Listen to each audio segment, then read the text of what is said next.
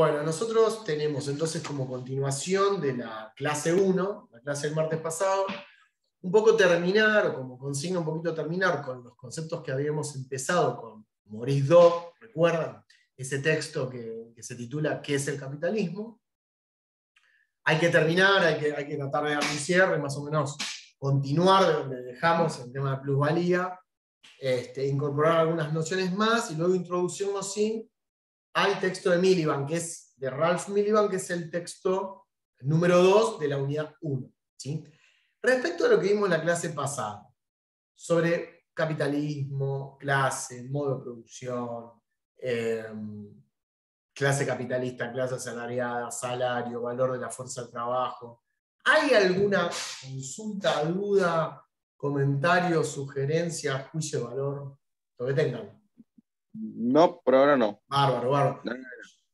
Una cuestión operativa. Si alguien tuviera ganas de preguntar, tiene una duda, etc., fíjense que pueden levantar la mano. ¿Sí? Yo, para que no estén esperando por ahí alguna pausa o algo para enseguida sacar el micrófono y hablar, pueden levantar la mano, que acá a mí me aparece quienes levantan la mano y yo le doy la palabra. Para ir organizándonos, me parece que es más ordenado. ¿Sí? Yo Y tengo quien una no puede consulta. hablar o no quiere hablar puede usar el chat. Sí. Ahí no habló. En el texto de Dobb, Sí. se refiere a las castas sociales. Eso no lo entendí, porque hace una diferencia entre clases sociales y castas sociales. Claro. Lo de clases sociales sí lo entendí. Lo de casta no lo especifica bien. Claro, no. Casta es otra cosa, ¿no? Casta es un concepto que sirve para otro tipo de sociedades, porque las castas tienen una condición, que es que son cerradas.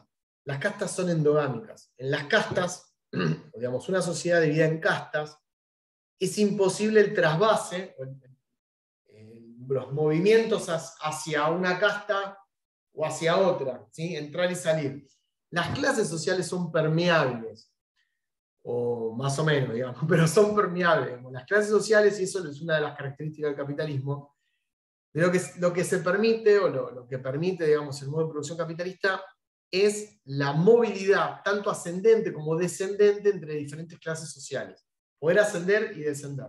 Ya sea intrageneracionalmente, o sea, dentro de la vida de una sola persona, la misma persona, ustedes pueden nacer en una clase, terminar en otra clase. No se da la mayoría de las veces, está claro, pero digamos, puede pasar.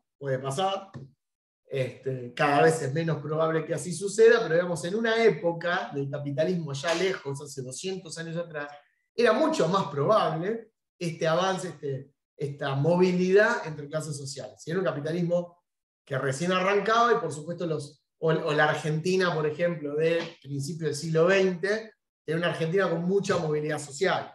Por ejemplo, las clases medias, para darle un ejemplo, ¿no? Se triplicaron en número. Entonces, las clases permiten este movimiento. Las castas no, las castas son cerradas. Las castas generalmente tienen que ver por el apellido, por la sangre, digamos, ¿no? De dónde provenís, bueno, y te quedás ahí. O siempre bajando, como decíamos. Yo dije movimiento, ¿no? Una cosa es movimiento, otra cosa es ascenso. Siempre, para bajar hay tiempo, ¿no? A veces está bastante amigo de la ley de gravedad el capitalismo, ¿no? Entonces vos ya directamente para bajar siempre se puede y no hay piso, o al menos así parece. Nosotros nos habíamos quedado... Profe, tengo una duda. Sí. Disculpe, tengo una duda. Sí. Adelante. La unidad 1 y la unidad 2, que es con el otro profe, ¿también vemos capitalismo? Vemos de eso me perdí. Sí. Vemos, a ver, la unidad 2, el texto de la unidad 2, donde ven Dobb, van a ver el surgimiento histórico del capitalismo. Es un capítulo de un libro que se llama ¿Cómo nació el capitalismo?, que es también de Maurice Dobb. ¿Sí? Se llama ¿Cómo nació el capitalismo? Y es el origen en lo que se conoce como la llamada acumulación, originaria, que es una reproducción del capítulo 24 del tomo 1 del Capital, de Marx. El original tiene como 100 páginas, y ahí lo tienen en 3. Sí. Básicamente es muy, muy resumido, y es la continuación de este primer capítulo que nosotros estamos viendo, que se llama ¿qué es el capitalismo? Entonces, ¿Cómo surgió? claro, primero es ¿qué es? O sea, ¿a qué nos referimos cuando hablamos de capitalismo? Y en la unidad 2 está el cómo surgió históricamente. Por eso en la unidad 2 tienen textos más históricos. Casi toda la unidad 2 son textos más de contenido o de corte más histórico. Bueno, la unidad 2, 3 y 4 en realidad son más históricos. Y la unidad 1 es más teórica, es más conceptual. Pero la idea es que puedan verlas juntas, porque así van teniendo un poco la noción de la cronología, cómo se fueron dando los acontecimientos. Igual todo se relaciona. Por supuesto. Sí, no, que vamos a tener mil relaciones. No es que yo los martes voy por un lado y el profesor Andrés los jueves va a ir por otro lado. Yo voy a dar la unidad 1, el profesor Andrés la unidad 2, pero Sí. hay muchísima relación.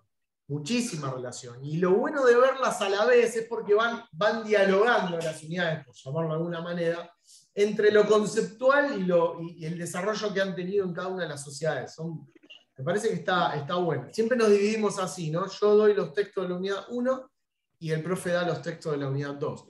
Después yo doy después los textos de la unidad 4, que es la segunda parte, y el profe da los textos de la unidad 3. Está bien. Nos dividimos Sí. así, pero ya vamos a ir para ese lado. Bueno, La semana pasada nosotros habíamos hablado sobre la extracción de plusvalía. Y había dado alguna definición de plusvalía, si no me equivoco. Había dicho algo de explotación. Claro. Creo. No, es el capital de los capitalistas. Extraer Trabajan plusvalía. trabaja más de lo que ganan. Claro, extraer plusvalía es el acto de explotación en el sistema. Es decir, cuando desde el marxismo se habla de explotar, significa extraer plusvalía a un trabajador o una trabajadora. ¿Qué es la extracción de plusvalía? Bueno, esto nosotros lo vemos desde la teoría del valor trabajo. Algo le había aclarado, que Marx toma una tradición teórica, ya que por supuesto la antecede a él, que es la teoría del valor trabajo, que dice que las cosas o los productos tienen un valor o adquieren un valor que no es precio, estoy hablando de valor es otra cosa, están relacionados pero no es lo mismo. Adquieren un valor que está determinado por la cantidad de trabajo que tiene incorporado. ¿Sí? La cantidad de trabajo que tiene un producto incorporado va a determinar un valor. Y la expresión monetaria del valor, cuando nosotros a un valor le ponemos forma de dinero o de moneda, eso va a ser el precio. Es decir, el precio de los productos es la expresión monetaria del valor que está contenido en ese producto, cuyo origen es el trabajo que se realizó sobre ese mismo producto. Sí. El sistema capitalista, o el modo de producción capitalista, es una gran telaraña, enorme telaraña de relaciones, en donde coexisten diferentes millones, digamos, de unidades productivas, grandes, pequeñas, medianas, de todo tipo y color. Unidades productivas, me refiero a empresas. Y por empresa estoy hablando en el más amplio sentido, no la gran empresa, la pequeña, el emprendimiento, el tallercito. Eso a nivel mundial. En esas unidades productivas o unidades de producción trabajan personas, ¿sí? Trabajan seres humanos que generalmente, en términos generales, venden su fuerza de trabajo a cambio de un salario. Su fuerza de trabajo es su capacidad de poder trabajar a cambio de un salario. ¿Sí? Entonces, cuando se le paga el salario, lo que se le está pagando al trabajador o trabajadora es el precio de su fuerza de trabajo. La fuerza de trabajo en el sistema capitalista se compra y se vende como cualquier mercancía en cualquier mercado. Y por fuerza de trabajo no me refiero a las personas, me refiero a la capacidad de trabajo de las personas. no es lo mismo, porque si yo dijera que vendemos a las personas, estamos hablando de esclavismo, estamos hablando de otra cosa. No se vende a la persona y el que compra a la persona puede hacer lo que quiera. Lo que se vende es la capacidad de poder trabajar. Cuando nosotros enviamos un currículum a una empresa, a donde fuere, a una universidad, si damos clase, un colegio, lo que le estamos explicando al que lee el currículum es cómo está formada nuestra fuerza de trabajo. ¿Cuánto trabajo ha sido incorporado en nosotros? ¿Cuánto estudiamos? ¿Cuánta experiencia tenemos? ¿Qué saberes portamos? ¿Qué destrezas tenemos? ¿Sí? Si sabemos hablar idiomas, si tenemos experiencia, si sabemos, no sé. Depende también del trabajo que hagamos, ¿no? Lo que está detallando un currículum es justamente cómo está formada esa fuerza de trabajo. A más trabajo incorporado en esa fuerza, por ejemplo, más cantidad de horas en curso, en perfeccionamiento, en experiencia, se supone que el valor de esa fuerza de trabajo, que están dentro nuestro, es mayor. Y al ser mayor, teóricamente, debería corresponderse un salario mayor. ¿Por qué? Porque, como les dije, el salario es el precio de la fuerza de trabajo. Es la expresión monetaria de la fuerza de trabajo. Una fuerza de trabajo calificada. ¿Vieron que se habla de calificada más que nada? Si es muy calificada o poco calificada. Si la fuerza de trabajo está muy calificada, se supone que el valor es alto. Por lo tanto, en teoría, el salario debería ser alto en comparación. ¿Qué ocurre en el sistema capitalista? Ocurre que las fuerzas de trabajo, seres humanos, cuando trabajamos, valorizamos, es decir, transmitimos o creamos valor en esos productos que estamos haciendo. ¿Sí? Creamos constantemente valor. En esa gran telaraña mundial de unidades de producción, ¿qué se hace día y noche las 24 horas? Se crea valor. Entonces, el capitalismo es un gran sistema en donde constantemente se están creando valores, constantemente.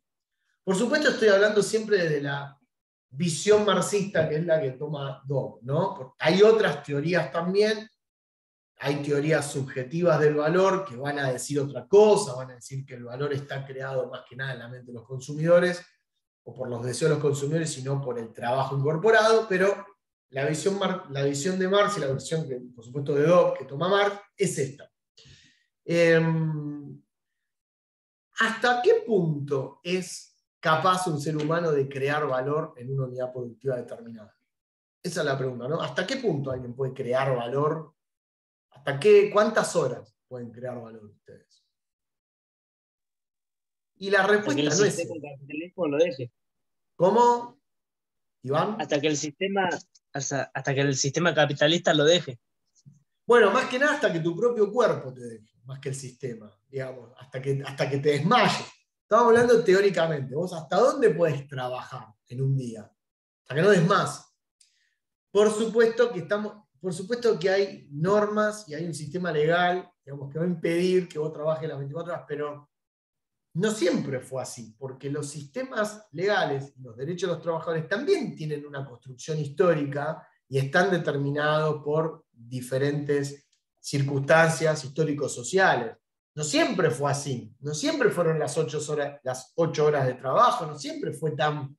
¿no? Entonces, teóricamente, nuestra capacidad de generar valor está determinada por nuestro físico, nuestra capacidad psicofísica. ¿Sí? Pero lo que a nosotros nos van a pagar, que es nuestro salario, se corresponde con el valor de nuestra fuerza de trabajo. Porque el salario es el precio del valor de la fuerza de trabajo.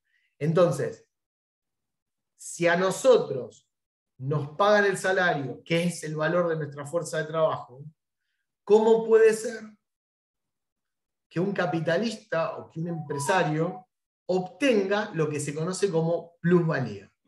¿De dónde surge la plusvalía? Esa es la pregunta que se hace Dobb y que se hace Marx, pero que Dobb no la resuelve muy bien, me parece, en el texto, porque no está faltando esa explicación. Dobb habla de un excedente en el texto. Y dice, se produce un excedente. ¿Pero un excedente de qué? Porque un excedente es algo que sobrepasa, algo que excede. ¿Qué está sobrepasando a qué cosa en esa explicación de Do? Bueno. En la producción. ¿Cómo? La producción debe exceder a lo que uno gastó. No, no es solo, no es la producción. Es, antes de ver el producto, veamos el tema de valor. Profe, ¿no es el ingreso de los capitalistas, sería de los dueños? La plusvalía, sí. Eso es la plusvalía.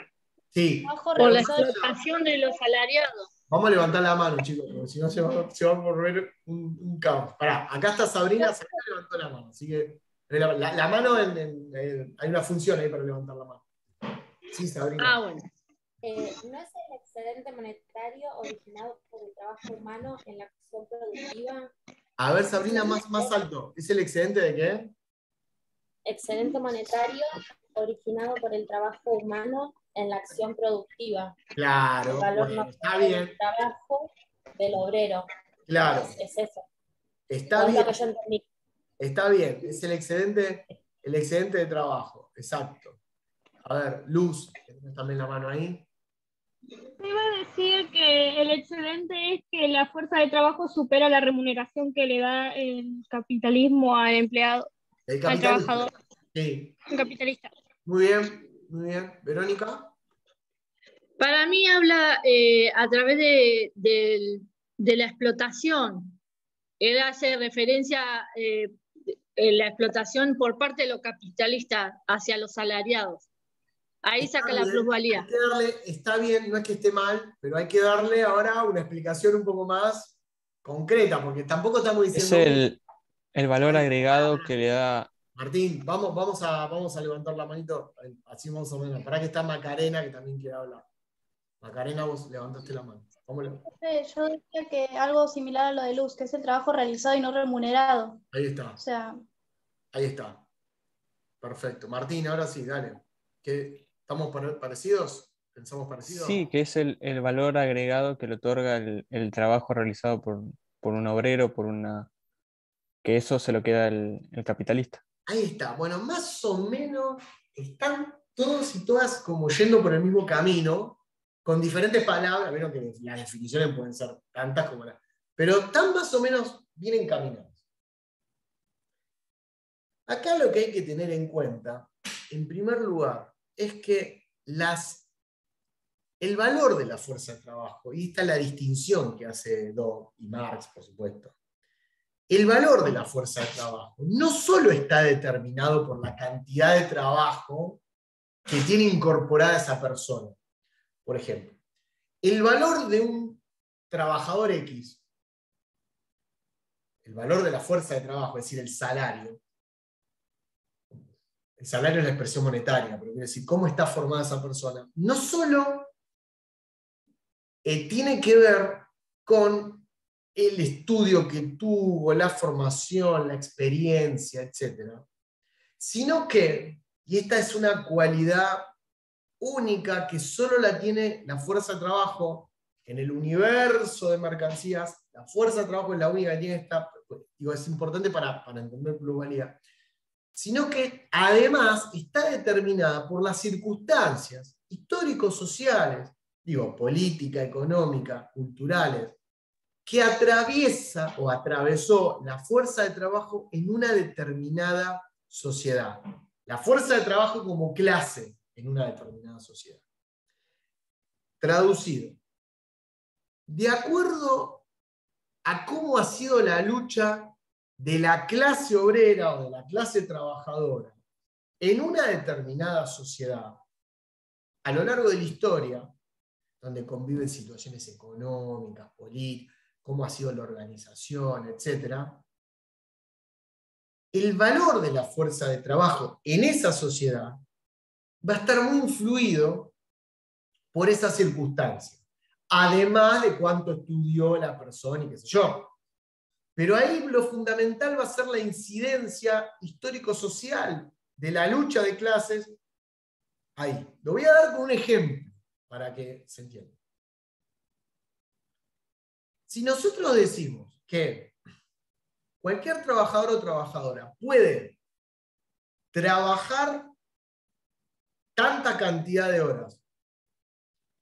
En esa cantidad de horas se está agregando valor al producto que está haciendo. Está agregando valor.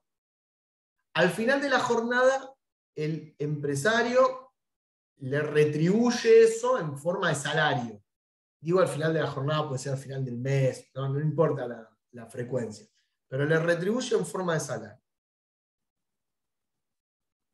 Si ese salario se corresponde exactamente con el valor que la persona creó, no hay nada que sobre que le quede al empresario. O sea, ¿de dónde saca el empresario eso? ¿Sí? O sea, el empresario le tiene necesariamente que pagar por el valor de su fuerza de trabajo, es decir, el salario, le tiene que pagar un valor menor al valor que creó en el proceso productivo. Quiere decir que para que exista plusvalía, las diferentes fuerzas de trabajo, seres humanos, trabajadores, tienen que crear a lo largo de la jornada laboral más valor que el valor que le es pagado y que se corresponde con su fuerza de trabajo. Esto significa que la fuerza de trabajo tiene la capacidad de crear más valor que su propio valor. Y que el valor que le es pagado a cada una, por suerte estoy grabando, así que si quieren repasarlo, no tengo tiempo de leer, de escucharlo. El valor que le es pagado a cada una de esas fuerzas de trabajo depende a su vez de las circunstancias, como le dije, históricos, sociales, políticas, de la lucha de clases en esa sociedad. Ejemplo, creo que lo dije la semana pasada. Si tenemos una persona que se quiere desempeñar como gerente en una planta, no sé, petroquímica, vamos a hacer una cosa así, ¿no? Y tiene título, es ingeniero químico, con posgrado, con experiencia, etcétera, etcétera, etcétera. ¿Sí? Presenta un currículum. Va a trabajar una empresa en Alemania. Yo creo que he dado el ejemplo alemán. Va a trabajar una empresa alemana. ¿Sí? Para realizar un determinado trabajo que tiene que ver con la gerencia de ese sector. La empresa alemana le va a pagar un salario. Va a vivir en Alemania. En Berlín, vamos a suponer. Le va a pagar un determinado salario. En dólares, no lo pongamos en euros. Vamos a poner esto en dólares para que quede en una misma moneda. Si ese mismo trabajador buscara en Buenos Aires a la misma empresa con filial en Buenos Aires para el mismo puesto de trabajo y entregara, por supuesto, el mismo currículum, porque es la misma persona, y le dieran el trabajo a esa persona, muy probablemente el salario que cobre esa persona en Buenos Aires en términos de dólares sería, incluso podemos decir 2 o 3 veces menor en dólares que la empresa en Berlín. Si uno dice, bueno, pero pará, si es la misma fuerza de trabajo, si tiene el mismo valor, esa fuerza de trabajo, entregó el mismo currículum, si está haciendo el mismo trabajo, si está desempeñándose en la misma empresa, para el mismo puesto, ¿cómo puede ser que en una sociedad te paguen 3 veces más en dólares que en otra sociedad? La respuesta que me van a decir ustedes es, y bueno, el nivel de vida en Alemania es otro al de Buenos Aires. Y es lógica la respuesta. Y yo les puedo decir, la verdad tienen razón. Pero el nivel de vida, ¿por qué un obrero tiene ese nivel de vida en Alemania y el mismo obrero tiene otro nivel de vida en Buenos Aires? ¿Por qué tienen diferentes niveles de vida? Yo le pongo la palabra niveles de vida. Pueden ponerle calidad de vida o canasta básica, no sé lo que quieran, pero ¿se entiende? O sea, ¿cómo reconstituye la fuerza gastada un determinado obrero en un lugar con un determinado requerimiento y en otro lugar con otro determinado requerimiento? Marx ahí contestaría que el valor de la fuerza de trabajo, tanto en Alemania como en Buenos Aires, son distintos. Y son distintos porque la historia de lucha del obrero alemán, de la clase obrera alemana, de los trabajadores alemanes, en Alemania, con el Estado alemán, con la clase capitalista alemana, por su historia hasta culturalmente y moralmente, ellos tienen un piso de nivel de vida al cual no están dispuestos a negociar. Y en Argentina, por otras circunstancias, por eso decía yo circunstancia histórica, por otras circunstancias el piso es menor. Pero digo en Argentina, como puedo decir, cualquier país del tercer mundo, ¿sí? Cualquiera. ¿Sí? Generalmente el piso es menor en los países del tercer mundo, el piso es mayor en los países más desarrollados. Alguien tenía levantado una mano recién, le iba a dar la palabra y no me acuerdo quién era. Si alguien quería hablar. Candela. Yo, profe, quería decir, porque tienen diferentes modos de producción y el modo de producción depende de cada sociedad. No, ojo que modo de producción es el mismo. Modo de producción es el capitalismo, se le llama modo de producción. Es el capitalismo. ¿Sí? O sea, un modo de producción es el sistema. Ahora, vos podés decir, bueno, tienen diferentes máquinas o diferentes, no sé. Pero por eso yo tomé el caso de la misma empresa que suponte que opera de la misma manera en Alemania que en Buenos Aires. Y acá lo importante es entender que el valor de la fuerza de trabajo, está íntimamente relacionado con estas circunstancias históricas de cada sociedad. Ahora un punto aparte. Si nosotros decimos que la plusvalía es el exceso de valor creado por un trabajador o trabajadora en un proceso productivo respecto del valor que le es pagado como salario, como precio de su fuerza de trabajo, y que eso por un lado, y que la explotación es el acto de apropiación de plusvalía, la pregunta sería, ¿en dónde piensan ustedes que hay más explotación, tomando el caso del ejemplo que les acabo de dar? ¿Del obrero en Argentina o el obrero en Alemania? En Argentina hay mayor explotación. ¿Y por qué? Bien, correcto. Ahora vamos a fundamento. Se produce más plusvalía de lo que es allá en Alemania. Exactamente. Quiero que tengan en cuenta esto. Tanto ese obrero en Alemania como en Argentina crea el mismo valor, porque es la misma fuerza de trabajo que está creando el mismo valor. No hay una diferencia de creaciones de valor. Está creando el mismo valor acá que allá. La diferencia está en que acá se le paga menos. Entonces, la diferencia va a ser mucho mayor acá. La diferencia como plusvalía va a ser mucho mayor acá.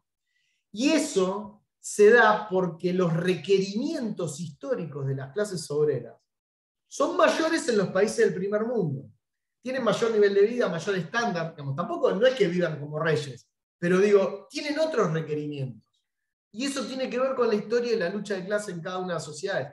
Por eso en sociedades más en vías de desarrollo, siempre va a tener un nivel de vida o valor de la fuerza de trabajo menor. Y por lo tanto, mayor va a ser la explotación. Y por lo tanto, empresas grandes o transnacionales están interesadas en tomar trabajadores de estos lugares porque generan más explotación y pueden girar esa plusvalía a sus casas matrices. Cosa que en Alemania no lo hacen. En Alemania lo hacen, pero no lo hacen en la magnitud que la pueden hacer en países del tercer mundo. Florencia, vos tenés levantada la mano. No, yo decía porque acá en Argentina nos manejamos con lo que es el peso. Entonces, si nosotros nos manejaríamos con dólares, o sea, clase baja y clase media, nos manejamos con lo que es el peso. Pero si nosotros manejaríamos, sí, pero si nos manejaríamos con dólares, ¿sería diferente? No. O sea, afuera, ¿o es lo mismo? Es exactamente lo mismo porque lo único que vas a tener es una tasa de cambio y otra moneda, nada más. Pero nada más, digamos, la explotación en términos de dólares va a ser la misma. Va a ser exactamente lo mismo. En el caso de Ecuador, que tiene dólares, Ecuador se maneja con dólares, por ejemplo. La moneda de Ecuador es el dólar estadounidense, dólar oficial, digamos, la moneda como nosotros el peso. Y sin embargo, fíjate que no es una cuestión de denominación monetaria. Vos podés tener dólares pero el valor de la fuerza de trabajo tiene que ver con una cuestión histórico-social. Lo otro es la moneda. Por supuesto la vas a convertir y todo lo que vos quieras, pero te va a dar menos cantidad de dólares. Primero porque vas a comprar menos productos acá con el salario que lo que vas a comprar allá con el salario. Y vos decís, bueno, ¿pero por qué? ¿No me merezco comprar lo mismo? Y en el campo de los merecimientos podemos discutir y decir que sí, pero al ser las fuerzas de trabajo una consecuencia histórica, hay cosas que nosotros no manejamos. Les voy a dar un ejemplo sencillo para no detenerme mucho acá y seguir avanzando con el texto. En la Argentina, en el año 1970-71 se hizo la primera medición de la pobreza con la metodología de la línea de pobreza, de la canasta básica, ¿sí? Como la conocemos hoy. En ese momento, que se hizo con la misma metodología que la utilizamos hoy, creo que era en el año 71, lo hizo la CONADE, la que luego sería el INDEC, dio como resultado una pobreza del 5%, y la indigencia no la midió porque no era relevante, digamos, estadísticamente medir indigencia, porque era prácticamente cero. Era una cosa muy, muy, muy, muy marginal, digamos, no era relevante estadísticamente. Y la pobreza dio un 5%. Era el país, digamos, con menor pobreza en toda América Latina. Y bueno, ustedes saben que la línea de pobreza, o más o menos han leído que la línea de pobreza se hace con una canasta básica. Primero se construye una canasta básica de bienes y servicios, básico, considerado básico. Luego se le pone el precio a esos bienes y servicios, bueno, a cuánto sale, y después se suma todo y se da como resultado el valor de la canasta. Entonces se compara el ingreso de la familia si llega o no llega a cubrir ese total de canasta. Si está por arriba de la canasta, no sos pobre. Si tus ingresos familiares, porque se hace por ingreso familiar, está por debajo de la canasta, sos pobre. Y si estás por debajo de la canasta alimentaria, sos indigente. Tiene que ser por abajo de los alimentos. Y dio 5%, quiere decir que solo el 5% daba por debajo de los bienes y servicios. Hoy estamos cerca del 40%, con la misma metodología. Con una diferencia. Con varias, digamos, pero con una diferencia. En el año 70, ¿saben qué había en esa canasta? Porque ahora yo lo que quiero saber, me intriga saber qué hay adentro de la canasta. ¿Qué le ponen a las canastas? Porque ahí está el truco. Si le pongo pan y agua, digamos, básicamente no voy a tener nada de pobres. Si le pongo sushi, si la lleno de sushi, va a estar lleno de pobres. ¿Me explico? ¿Por qué? Porque eso luego yo tengo que ponerle precio. Entonces no es lo mismo si le pongo pescados y mariscos que si le pongo fideos y arroz. Ahí está el truco metodológico. Si yo la lleno de harina a esa canasta, y bueno, me va a dar un valor más bajo que si la lleno de proteínas, si la lleno de carne o de pescado, o de verduras, ¿no? Yo les dije que la canasta hoy da un resultado de cerca del 35-40% de pobre y que daba 5% en el 70. ¿Saben qué había en la canasta del año 70? Que no hay hoy. Una botella de whisky y hielo picado. Hielo para picar para tomar el whisky. Y eso es verdad, no le estoy mintiendo. Ustedes me van a decir, vos estás loco. ¿Cómo vas a poner una botella de whisky en una canasta que debería contener cosas básicas de un obrero? Está bien, puede tomar whisky, no digo que no, pero tampoco para considerarlo como de extrema necesidad. Y yo les digo, ¿saben qué? En los 70 que el obrero saliera de la fábrica, llegara a su casa y se tomara un whisky, obviamente, no era una etiqueta azul, no era un whisky caro, pero era un whisky. Era un whisky. Se consideraba básico, se consideraba absolutamente razonable y normal para el nivel de vida de un obrero y su familia. Tomar whisky y, por supuesto, tomar bebidas alcohólicas. Cosa que por muchos años se sacaron las bebidas alcohólicas de la canasta. Digamos, a medida que Argentina se iba empobreciendo, empezaban a sacar todos los productos caros de la canasta, para que estadísticamente diera algo más o menos razonable. Y terminó sacando todo, el vino, cerveza, sacaron todo, dejaron solamente de bebidas azucaradas de segundas marcas, ¿vieron? No la primera marca, sino la segunda. Dejaron todo eso. Y ahora, recién en el último cambio, empezaron a meter bebidas alcohólicas. En el último retoque. La pregunta no es esa, más allá de discutir la cifra. Digo, ¿cómo puede ser que hace 40 o 50 años atrás un whisky era considerado normal en una canasta obrera y hoy es considerado un lujo? Y no solo el whisky. Yo le estoy hablando de un producto que puede ser un emblema, pero las vacaciones, digo, un montón de cosas que antes podía ser considerado como algo, no lujo, sino algo normal, merecido, y hoy parecería ser que tenerlo o consumirlo parecería, no sé, de otro planeta. Porque ¿saben lo que se ha degradado en todos estos años, en estos últimos 50 años? El valor de la fuerza de trabajo. Y no hay nada mejor o nada más indicativo del valor de la fuerza de trabajo que ver el contenido de la canasta básica. Porque ahí estoy hablando de calidad y de cómo la fuerza de trabajo consume bienes y servicios para poder reconstituirse. Tanto el trabajador o trabajadora como toda su familia. Ahí vamos viendo la degradación de la fuerza de trabajo. Y ahí vamos viendo por qué los salarios tienden a bajar. Porque al bajar lo que nosotros consideramos básico, cuando baja lo que la sociedad considera básico, baja el salario. Porque ahora un salario, ya no vas a tener un salario como en los 70, porque te va a sobrar. Con menos salario podés consumir tranquilamente la canasta. ¿Sí? Martín, tenés levantada la mano. No, quería comentar que dentro de poco hasta la carne va a ser considerado un lujo dentro de la canasta básica. Bueno, más allá de lo que sería, ¿no?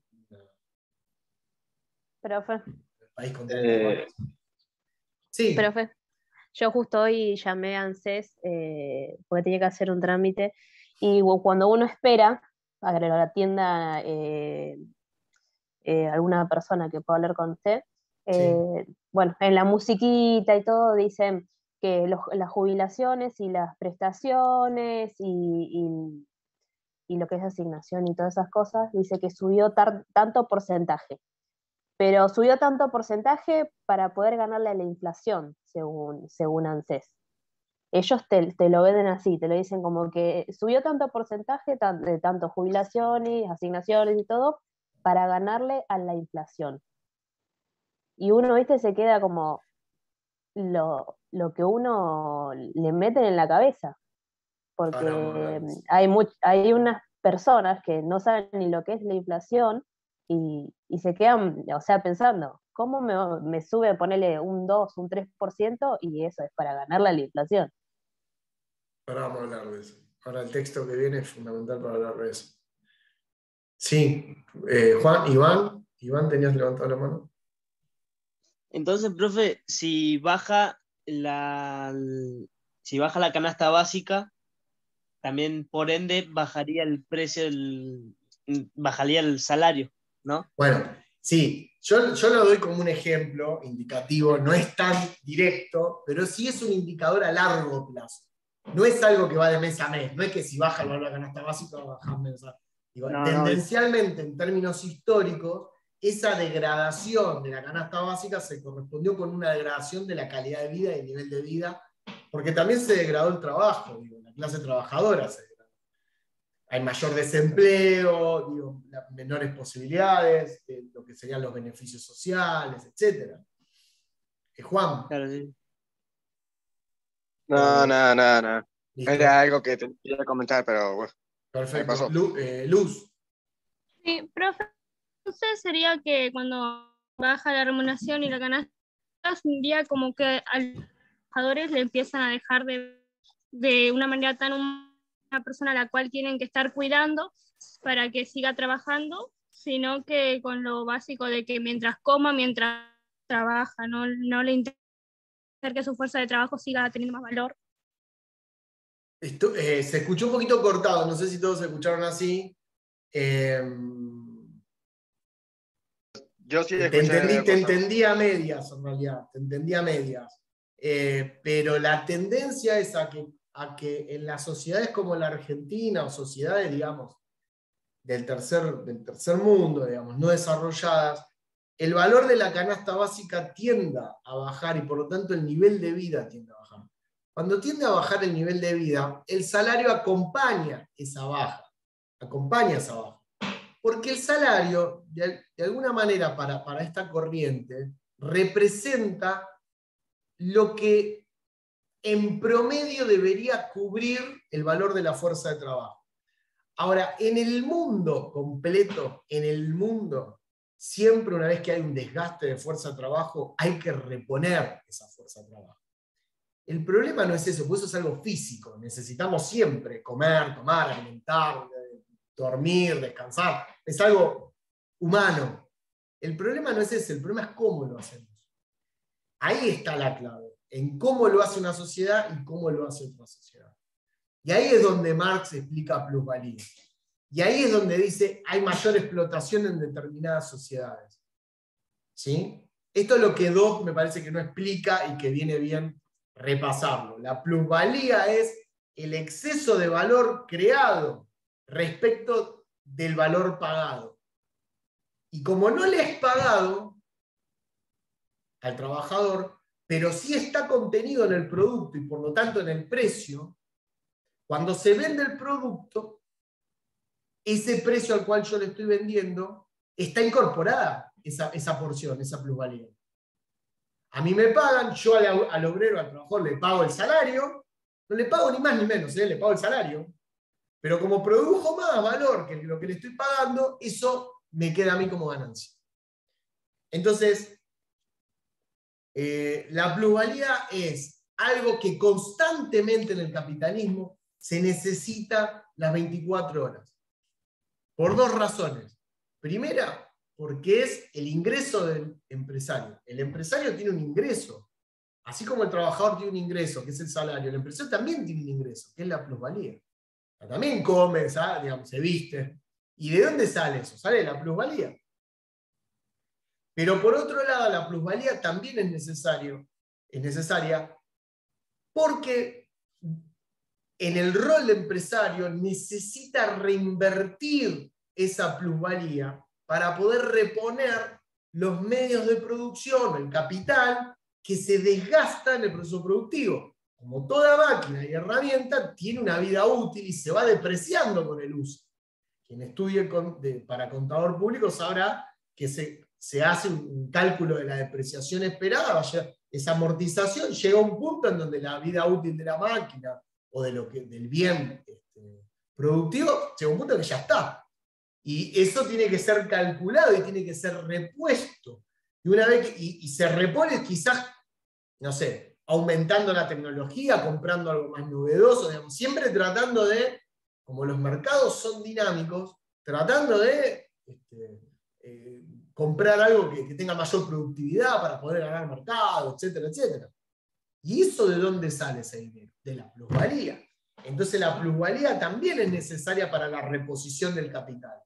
Se repone el capital, se reinvierte, se consume, o sea, es algo esencial. Si la plusvalía deja de producirse en el capitalismo global, se acaba el capitalismo global. Si para que haya plusvalía es necesaria la explotación, porque la explotación es extracción de plusvalía, entonces el sistema capitalista es un sistema que explota personas todo el tiempo. Entonces es un sistema de explotación. Y una cosa importante, además de que exista plusvalía o excedente, dice Dobb, o sea, para que el capitalismo se mantenga en el tiempo, hace falta la plusvalía, la producción de excedente, pero también hace falta un elemento que es fundamental que es la compulsión económica de los trabajadores y trabajadoras para trabajar. La compulsión económica. ¿Qué es una compulsión? La compulsión es como una obligación, pero que es interna. Digamos, hay algo que a nosotros nos obliga a trabajar todos los días. Esa obligación nace de una necesidad económica, por eso se llama compulsión económica. Nace de una necesidad económica, o sea, necesitamos comprar comida, digamos, hacer las cosas que...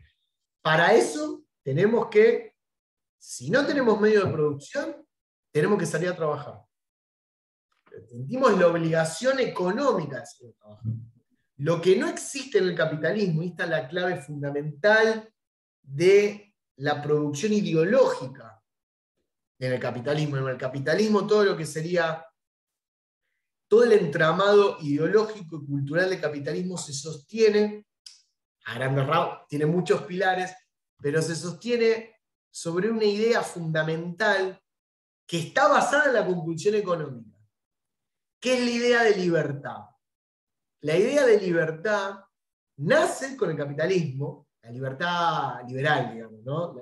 La libertad es una palabra que existió muchísimo antes del capitalismo, pero en los términos liberales, la libertad liberal está asociada, si podemos poner una fecha, a la Revolución Francesa, para así ponerlo, ¿no? 14 de julio de 1789, cuando se declaran los derechos del hombre y ciudadano, se declara la libertad, la igualdad y la confraternidad. La libertad implica la no obligación legal a trabajar. La no obligación legal a trabajar. Ustedes van a ver que el capitalismo es el primer sistema o primer modo de producción en la historia de la humanidad en la que no existe ni una ley, ni un código, ni una norma, ni una resolución, ni un tratado, ni una constitución, ni nada que obligue a las personas a levantarse a las 5 de la mañana, a las 6, a las 7 y salir a trabajar. No existe, no hay. No hay una ley que diga todo el mundo se levantará a tal hora y irá a trabajar. No hay. Por lo tanto, no tenemos consecuencias legales, salvo si fuimos contratados por un trabajo y no cumplimos, sí tenemos consecuencias legales. Pero si no estamos trabajando, no tenemos legalmente la obligación de ir a trabajar. Ahora, que tu papá y tu mamá te saquen una patada en la cama y te manden a laburar es otro tema. Digamos. Pero legalmente vos podés decirle, no hay nada que me obligue, mamá. No hay nada, papi. No hay nada en el código, nada que me esté obligando. ¿Qué es lo que te obliga a trabajar? La compulsión económica. Necesitas comer, vestirte, salir, etc. Como necesitas eso, necesitas el dinero para eso. El dinero en realidad es un vehículo para hacer lo que uno tiene ganas de hacer. Ahora, ¿cómo consigo dinero? De manera legal. ¿Cómo consigo dinero? Trabajando. Trabajando. Somos todos buena gente y pensamos bien. Trabajando. Entonces estamos obligados y obligadas a trabajar, pero económicamente obligados, no legalmente. Por lo tanto, somos libres, jurídicamente hablando. Somos libres, nadie nos obliga. Cosa que en otra etapa de la historia sí había obligaciones legales para trabajar y para obedecer las órdenes de un superior, en el esclavismo, en el feudalismo, digamos. Eras castigado si no hacías lo que te mandaban. Eras castigado, incluso podías terminar con tu vida si no cumplías. El capitalismo no.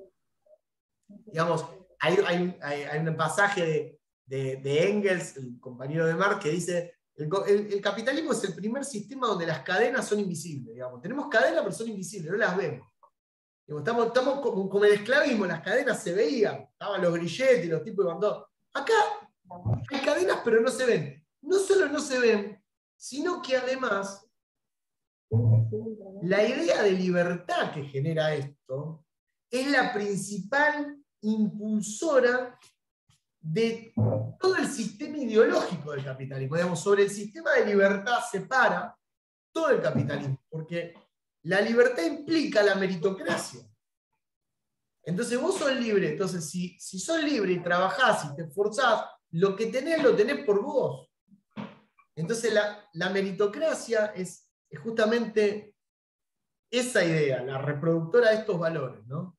Lo que tenés lo tenés por vos, digamos, ¿no? Nadie te regaló nada en esta vida, digamos. Explico, o sea, son ideas muy potentes que permean el sentido común, que son atractivas para buena parte de la población y que nos permite también naturalizar y justificar las desigualdades y las injusticias sociales. Entonces, mediante este sistema ideológico nosotros podemos naturalizar, o sea, tomar como algo parte del paisaje cotidiano, incluso justificar la existencia de pobres, la existencia de gente que pide en la calle, la existencia de que te tocan el timbre y te piden dinero, la existencia de gente... No podemos... Porque la libertad entendida como la responsabilidad individual de vos sos responsable. Nadie te obliga legalmente. Vos sos responsable de levantarte temprano, ir a buscar trabajo, conseguirlo. Y si no lo haces o no lo lográs, sos vos el culpable. Entonces, al trasladar o individualizar esa responsabilidad, le encontramos explicación a cosas que tienen que ver más con lógicas sociales que con lógicas individuales. Pero eso solo se logra gracias a las ideas principales y a este constructo ideológico que se crea en el capitalismo. Macarena, tenés la mano levantada, ¿sí? Sí, profe, entonces se podría decir que la compulsión económica es sinónimo a la no obligación de trabajar, o yo entendí mal, porque yo Claro. lo leí bastante, Claro. pero no lo llegué a entender y entonces está bien. Está bien. En la no obligación legal, ¿está? En la no obligación legal. Sí tenés una obligación económica, pero que no es legal. O sea, es una obligación que te puede imponer tu familia o te la puedes poner vos porque necesitas vivir. Y eso es lo que te empuja a trabajar, a buscar trabajo. ¿Sí? Sí, profe, y otra cosa, cuando se refiere a directa o indirecta, no entendí tampoco esa parte. ¿En qué parte? A ver, porque no tengo el texto acá, pero ubicame. Ahí en el texto. Sí, dice, debe existir alguna forma de compulsión directa o indirecta. Está bien, para que otros trabajen. Está bien, está diciendo que en realidad el origen de esa obligación puede venir de uno o puede venir porque te esté faltando. O sea, puede venir porque vos estés obligado, te sientas obligado y lo hagas, o puede venir porque en vez de ser una decisión tuya, la vida, digamos, te impulsó a buscar trabajo. No, hay personas claro, que... por medio de... Sí, hay personas que buscan trabajo porque nada, quizás a veces hasta sin necesitarlo tan urgentemente buscan trabajo porque nada, quieren trabajar, quieren tener como una posición más activa en la búsqueda, y otros que por ahí ya se ven en la última y bueno, van a buscar trabajo. De una u otra forma la compulsión siempre es económica, nunca es legal. Si la compulsión llega a ser legal, el capitalismo deja de ser capitalismo. El capitalismo, si hay algo que defiende, es esa libertad. Digamos, vos sos libre jurídicamente, hacés lo que se te cante. Ahora, claramente vas a sentirte obligado a tener que salir a trabajar. Pero jurídicamente sos libre.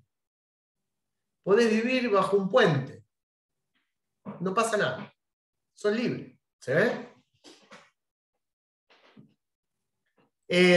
Bueno, y una cosita más con el texto de Dock, que es lo último. Ya entendimos lo que es plusvalía, ya entendimos cómo es la explotación, cómo se genera, etcétera, etcétera. Vimos el tema de tema de las clases, eso ya lo vimos.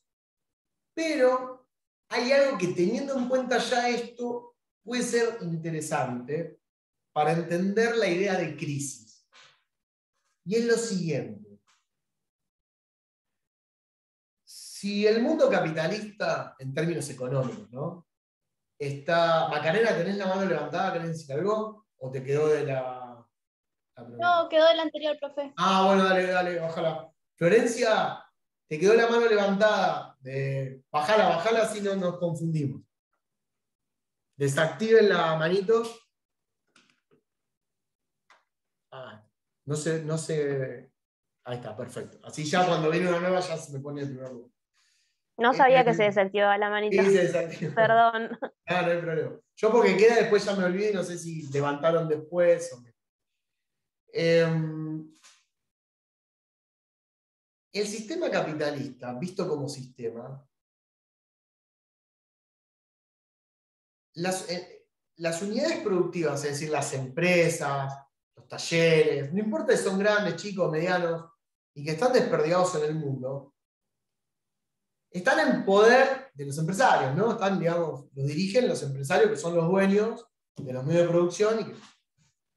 A esos empresarios y empresarias no hay ninguna instancia, no hay ningún poder, órgano, organismo, institución que esté por arriba de ellos, que les indique, ojo, póngalo entre comillas, porque no es que puedan hacer lo que quieran, pero que les indique a cada uno qué es lo que tiene que producir, cuánto tiene que producir, a qué costo tiene que producir, a qué proveedores les tiene que comprar, cuánto es el precio que tienen que cobrar, qué mano de obra tienen que tomar, qué máquinas tienen que comprar, qué color, qué modelo de los productos que realizan tienen que hacer, qué cantidad tienen que hacer, a quiénes tienen que vender. No hay nadie en el sistema capitalista que esté por arriba de ellos que le diga a los empresarios qué es lo que tienen que hacer ni cómo. Por supuesto que hay un ordenamiento legal en donde hay límites, ¿no? Para hacer ciertas cosas. Digo, si hacen alimentos, te saben que bromatología, cenaza, etcétera, tienen código, pero saquemos la obviedad, digamos, de lado. Martín, sí, tenés la mano levantada. Sí, esto sería como una explicación, el tema de que en el capitalismo predomina el tema de la libertad, por el hecho de que si se empieza a regular o se empieza a tomar decisiones cómo debe producirse el capitalismo, ya dejaría de ser capitalismo y se transformaría más en una economía planificada, por así decirlo, como puede haber pasado en otros países. Exactamente, sí, como en la Unión República Socialista Soviética, ¿no? En donde el socialismo, justamente, como, si quieren, como otro modo de producción, que coexistió con el capitalismo, o sea, convivieron muchos años, ambos. Ahí sí hay un órgano central que es el Estado. El Estado es el que decide, en ese caso, qué se produce, cuánto se produce, y marca, digamos, interfiere en esas decisiones empresariales. En el capitalismo no. El capitalismo cada empresario hace lo que quiere, pero ¿qué genera esto? Genera lo que se conoce como anarquía de la producción. Cuando ustedes vean en el texto que dice anarquía de la producción, significa que la producción no tiene gobierno, o sea, no hay un gobierno central que diga cuánto, cómo, etcétera, tienen que producir. Entonces, si cada capitalista o cada empresario tiene entonces, o vive en este clima de anarquía de la producción, su meta todos los días es ganar más plusvalía, porque si ustedes fueran empresarios o empresarias harían exactamente lo mismo, ¿no? O sea, vos sos empresario, ¿a qué te dedicas? A ganar plata, digamos. Ponés la empresa, trabajás, etcétera, pero ¿cuál es tu objetivo básico? Ganar mercado, todo lo que vos quieras, ¿pero para qué? Para ganar dinero, porque si vos dejás de ganar dinero, desaparecés como empresario. Esto lo decía mucho Marx también, y lo comentaba el propio Capital, dice, yo no combato a los empresarios, decía él, yo tengo muchos amigos empresarios, de hecho, Marx no viene de clases populares, no es que vino de una barriada de Berlín, el tipo nació en el seno de una familia bastante acomodada, ¿no? Lo mismo podríamos decir Fidel Castro, digamos, gente, por alguna razón se cortó, ahí estamos. Seguimos.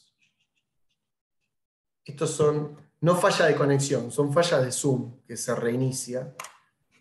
¿Se escucha? ¿Está bien? ¿Me ven bien? ¿Sí? Sí, se escucha, ahora sí. Bárbaro, no, se cierra y se vuelve a abrir, pero bueno, son cosas que suceden. Ahí va, ¿eh? Bueno, les decía, que no, digamos, no vienen de clases populares, ¿sí? Cada uno lucha por ganar más dinero y en pos de ganar más dinero necesitan aumentar la plusvalía. Necesitan aumentar la plusvalía. Para aumentar la plusvalía luchan todo lo posible, digamos, tratan todo lo que puedan de disminuir el valor de la fuerza de trabajo, disminuir el pago de salario, porque de esa manera obtienen mayor diferencia, mayor plusvalía. Hasta acá vamos, ¿bien? ¿Sí? Es algo lógico, digamos, ¿no? Ningún empresario va a querer pagar más de lo que le corresponde a un obrero, porque obviamente dejan de ganar ellos si pagan más. Pagan lo que pueden, basta. Ahora, si cada uno de estos empresarios internamente, digamos, en su decisión o su lógica individual, produce cada vez más y trata de pagar menos para obtener más plusvalía, si nosotros pudiéramos mirar esa circunstancia a nivel social, pudiéramos, no sé, elevarnos y ver todo eso desde arriba, se generaría un problema. De hecho, se genera un problema a nivel macro. ¿Y ese problema cuál es?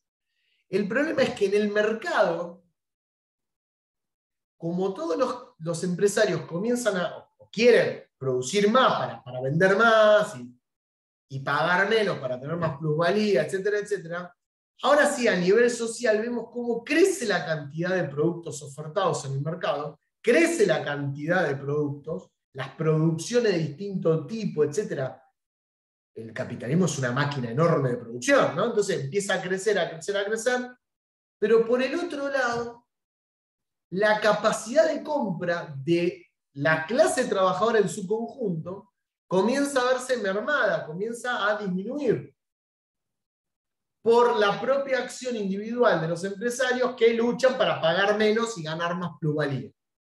Entonces ahí lo que se produce es un sobrante, una enorme oferta de productos en la que cada vez es más difícil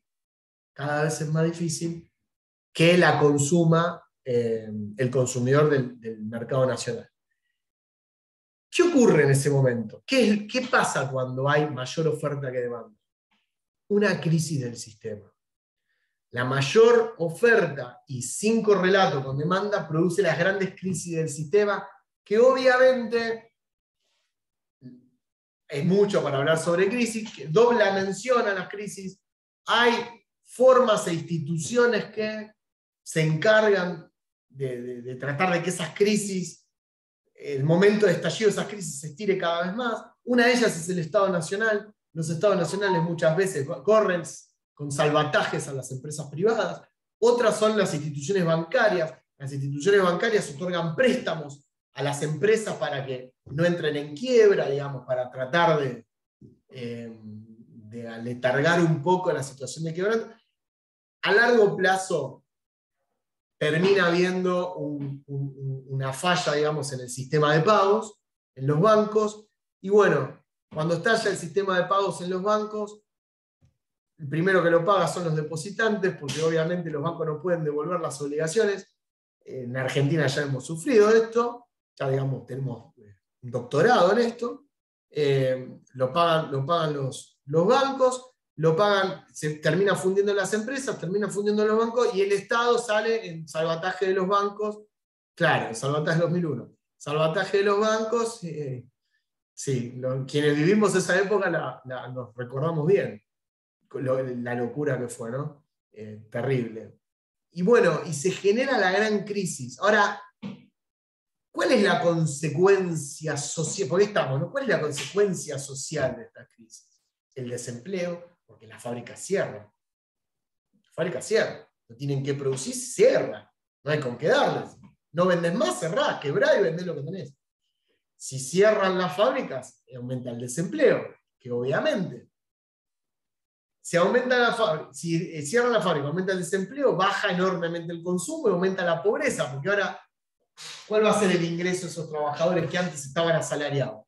Y ahora van a tener que buscar changas, van a tener que buscar trabajos informales, entonces crece el empleo informal, entonces crece el rebusque, crece la venta ambulante, crece, digamos, crecen los planes sociales, porque los planes sociales vienen a reparar aquello que alguna vez fue un salario en blanco, con los aportes jubilatorios, ¿no? En definitiva, las crisis destruyen, licúan el valor de la fuerza de trabajo. Y así es como llegamos de los 70 con la botella de whisky a hoy con la Manaus. Así es como llegamos, por más que sea rica. ¿Me explico? Así llegamos. Llegamos porque las crisis económicas que hemos tenido a lo largo de todos estos años no hicieron otra cosa que licuar todo el valor de la fuerza de trabajo y hacer que no se viva con el salario, se sobreviva con el salario. Y esto lo explica muy bien Dobb en la última parte cuando habla del rol del Estado. Bueno, ¿qué les pareció hasta acá el texto? Yo sé que no es la hora, los noto cansados, pero bueno, son las 3:15, yo también, esta es la segunda clase también dando. No sé, ¿cómo vienen? ¿Vienen bien? ¿Se va entendiendo? ¿Tienen preguntas? Sí, se entiende, profe. ¿Entiende bien? Sí, profe, se entiende. Una pregunta, ¿podría volver a explicar anarquía de la producción? Ok, ahora lo explico, muy bien. Anarquía de la producción es, o se refiere a esto que hablamos de que no existe una dirección central. No hay nadie que le diga a los empresarios qué es lo que tienen que hacer, producir, etc. No hay una instancia superior como puede ser el socialismo. El Estado es el que te dice. Entonces, desde el punto de vista productivo, entiéndase, no desde el punto de vista político, sino porque político tenemos un gobierno, sino que desde el punto de vista productivo hay anarquía. Cada empresario decide lo que quiere hacer y si se equivoca, pero lo decide cada empresario. ¿Ok? Eso se llama anarquía de la producción. Nosotros vimos hasta acá los conceptos de explotación, los conceptos de clase, plusvalía. Ahora vamos a ver un autor, que es el segundo autor, del segundo texto de la unidad 1, que es el texto de análisis de clases, del autor que se llama Ralph Miliband. ¿Sí? Ralph Miliband, no sé si lo leyeron, es un lindo texto. Ralph Miliband es un autor, o fue un autor, murió en la década de los 90, principios de los 90, los 94. Fue un autor de origen belga que escribe, porque tiene toda su vida hecha en Gran Bretaña. Él nació en Bélgica en la década del 20, y luego él es de origen judío, era de origen judío polaco, y huye de Bélgica cuando Bélgica es tomada por el ejército nazi, por Hitler. Entonces, él nació llamado Adolf Miliband, su nombre fue Adolf, pero cuando llega a Gran Bretaña solicita cambiar el nombre, inicia el trámite de cambio de nombre por Ralph, que es como se conoce justamente por la vergüenza del nazismo. Entonces, es alguien que escribe exiliado, escribe en Gran Bretaña, realiza una vasta trayectoria académica en Gran Bretaña, tiene 2 hijos, uno es muy conocido, es político, Ed Miliband es un político inglés del ala laborista, hace muchísimos años, un parlamentario inglés, y Miliband, digamos, se encolumna dentro de una corriente del marxismo llamada, que tiene su origen así anglosajona en la New Left, en la nueva izquierda. Una izquierda que no es Dobb, que no es la izquierda de Dobb, es una izquierda crítica del estalinismo, es una izquierda crítica de algunas decisiones del socialismo soviético. Es una izquierda que le da mucho más importancia a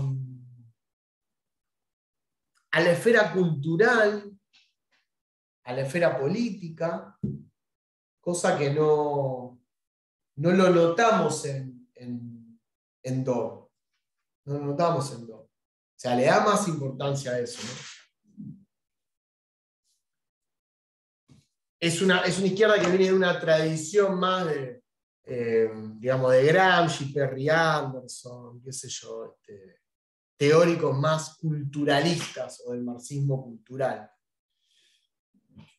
Su texto, Análisis de clase, va a partir de una diferenciación importante entre lo que sería la dominación y la explotación.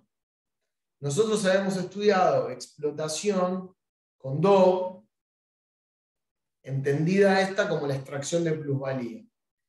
Miliband lo que va a decir es que para que exista explotación, la condición previa para que exista explotación es que exista dominación. Y la dominación ocurre en el plano ideológico, en el plano de las ideas, en el plano ideológico-cultural. La dominación está íntimamente vinculada a la idea de hegemonía. La hegemonía es cuando un grupo social, cualquier grupo social, así minoritario en la sociedad, ejerce en el todo, en la sociedad, el poder de dirigir cultural y moralmente a esa masa, a esa sociedad. Cuando hay un grupo cuyas ideas logran permear las conciencias del conjunto y se transforman en ideas propias, ¿sí? El conjunto las adopta como si fueran ideas propias, incorporándolas a su sentido común, ¿sí? Un grupo hegemónico. Es más o menos lo que dice el marxismo, ¿no? Lo de Miliband, ¿no? Es marxismo. Ah, es marxismo. Es marxismo. Son las clases sociales, la división, todo eso. Es marxismo. Porque yo leí un poco. Sí. Hay muchos marxismos, a eso iba. En marxismo lo que ocurre es que es una vertiente, hay muchas vertientes del marxismo. Esta es una vertiente más que le da más importancia a la esfera cultural e ideológica. Quizás más desdeñada, más dejada de lado por teóricos como Dobb, por ejemplo, que le dan mucha más importancia a la estructura económica.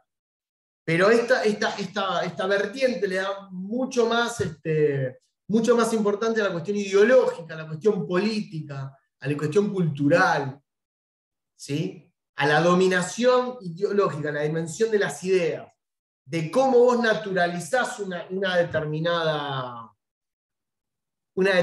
situación social. Por eso dice Miliband que la explotación es correcta, él no está negando la explotación, no dice que en el capitalismo no se explote, sí se explota, obviamente, no sería capitalismo si no se explotara. Pero para que exista la explotación tiene que haber convencimiento de los explotados en que esa explotación es normal en la vida cotidiana. Es algo normal, es natural, digamos. Está bien, es así, siempre fue así.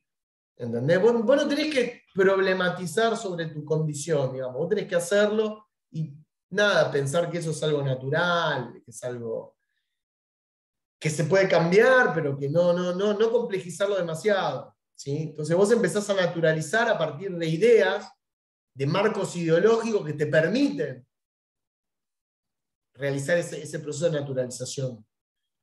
Y ese es el plano de la dominación, ¿no? Hay ideas, que son las ideas dominantes, que son producidas y reproducidas por sectores dominantes, y que luego son, como la idea de libertad, por ejemplo, como la idea de libertad liberal, es una idea profundamente dominante, ¿no? Que sirve para justificar muchísimas cosas. Entonces, en el plano de esas ideas, también funciona la legitimación de la explotación, la legitimación de las desigualdades, ¿no? Entonces, digamos, cuando uno dice naturalizar es porque lo tornás como parte del paisaje, ese tipo de situaciones.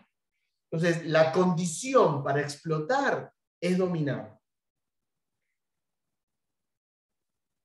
Entonces las clases ya no son tan simples de catalogar. Entonces ya no es que hay una clase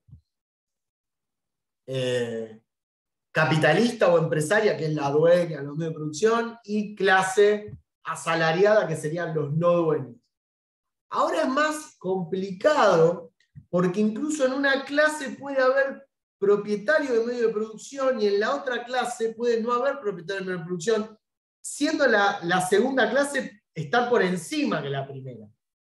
Se va como mezclando la cosa. Digamos, un empresario puede formar parte de la clase subordinada y alguien que no tiene medio de producción puede formar parte de la clase dominante. Es como más complejo, ¿no? Las clases, entonces, en lugar de diferenciarse por clase capitalista o clase empresaria y clase asalariada, las clases son clase dominante y clase subordinada. Las dos grandes clases. Dentro de cada una de esas clases hay subclases, hay fracciones de clases y hay internas y luchas muy fuertes por la hegemonía. Recién ahí creo que, no sé, Liliana, vos hablabas de política, de la esfera política. La esfera política también va a tener un rol fundamental en esta de la clase dominante, ¿no? Ahora vamos a ver por qué. A ver si lo tengo por acá. ¿Qué es lo que distingue, digamos, la diferencia? Si para Adorno la clase fundamental o la clase que está por arriba es la clase capitalista, ¿qué diferencia la clase capitalista de la clase dominante? ¿Qué sería la diferencia? Que la clase capitalista se constituye en virtud de la propiedad de los medios de producción. Y punto. En virtud de la propiedad de los medios de producción. ¿Vos sos clase capitalista o no sos clase capitalista? ¿Sos dueño de medios de producción o no sos dueño de medios de producción? La clase dominante se constituye alrededor del control, fíjense que ya no uso la palabra propiedad, uso la palabra control, del control de ciertas fuentes de dominación. Algunos la van a llamar recursos de dominación, Miliband la llama fuentes de dominación. ¿Sí? En virtud de esto, ¿cuántas fuentes de dominación hay para Miliband? 3 fuentes de dominación. O puedes controlar una o varias. Podés controlar sin tener la propiedad incluso. ¿Sí? Podés controlar sin tener la propiedad. No necesariamente tenés que ser propietario. Se supone que si sos propietario tenés el control, ya. Pero podés no ser propietario y tener el control. Podés tener una mayoría accionaria, podés tener una minoría accionaria. Podés ser CEO, es decir, podés ser gerente general de una empresa y controlar la producción de una gran transnacional en toda Latinoamérica sin ser los dueños de los medios, sin ser el dueño de los medios de producción. Y sin embargo tenés un poder de decisión enorme en esa compañía. La primera fuente de dominación, obviamente, son los medios de producción. Los medios de producción es una fuente fundamental, porque si hablamos de capitalismo, hablamos de economía, hablamos de producción, no podemos dejar de lado el control de los medios de producción. La segunda fuente de dominación son los medios de administración del Estado y los medios de coerción. Medios de administración del Estado y medios de coerción. Acá cuando digo medios de administración del Estado, estoy hablando de posiciones, o sea, puestos, ¿no? Posiciones en las esferas más altas del Estado. El Estado entendido como en los 3 poderes, no solamente el Ejecutivo, ¿no? Las esferas más altas. Obviamente, hablamos de presidente, vicepresidente, estamos hablando de las esferas altas, pero quiero decir ministro, viceministro, secretario, subsecretario, directores, gobernadores, secretarios de Estado de las provincias, Corte Suprema de Justicia de la Nación, cortes supremas o supremas cortes de las provincias. Cada provincia tiene su Corte Suprema, obviamente.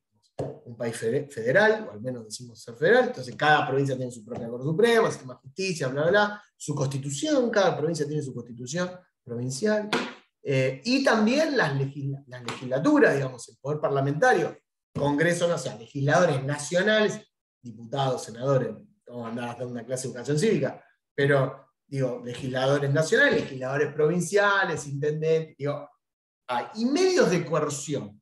¿Qué son los medios de coerción? Es el poder represivo en poder del Estado, que maneja el Estado. Fuerzas Armadas, las tres fuerzas, Aeronáutica, Marina, Ejército, Fuerzas Armadas, las fuerzas federales, como puede ser Gendarmería, Prefectura, ¿no? Policías provinciales. Pero cuando digo clase dominante no me estoy refiriendo al cabo Ramírez, me estoy refiriendo a quienes manejan las fuerzas, quienes están al frente. Por ejemplo, no sé, un almirante, un comodoro, un coronel, un jefe de policía, me explico, un ministro de seguridad, un jefe de gendarmería. Estamos hablando de posiciones de fuerte decisión que implica un poder importante. No hablamos de los policías de calle o de un cabo, de un soldado. Claramente un soldado no es clase dominante, ¿no? Pero sí las personas que ocupan puestos de decisión en el Estado, o sea, en la administración del Estado y en los medios de coerción. Y por último lugar, los principales, digamos, la tercera fuente de dominación, son los principales medios de comunicación y consenso. Si hablamos de ideología, si hablamos de producción de ideas, si hablamos de cultura y de reproducir ideas dominantes, medio de comunicación y de consenso es una parte fundamental para producir y reproducir ideología. Y ojo, que por medio de comunicación y consenso no es solamente el canal de televisión, la radio o el diario, que por supuesto es, pero no es solo eso. Hablamos de cualquier instancia o cualquier institución que tenga poder para incidir en la opinión pública. Un diario, un canal, tiene incidencia en la opinión pública. Pero quizás la palabra de un obispo pueda tener incidencia en la opinión pública. Un pastor puede tener la incidencia. Un líder sindical.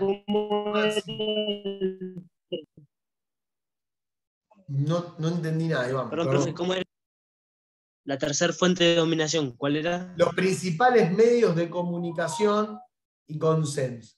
Ahí está la grieta en el chat, pues yo empiezo con mi papá. No empecemos con los ejemplos, pero no terminamos mal. Bueno, está bien. Sí, en realidad, vamos a ser sinceros, todos son productores de ideología y de ideas, que reproductores de ideas. Después te pueden gustar o no esas ideas, o pues, si querés tener más afinidad o no. Y ahí sí, cada uno ahí son libres de elegir. Pero todos son productores de ideas. Es así, incluso un discurso científico es productor de ideas. Pero lo que quería decir era que la primera fuente, los medios de producción. La primera, los medios de producción. Después están los medios de administración del Estado y coerción, y después están los principales medios de comunicación y consenso. Son las tres fuentes principales en virtud de las cuales se constituye la clase dominante. Ahí se genera la clase dominante. Son las que controlan una o varias de estas fuentes. Personas que controlan una o varias de estas fuentes.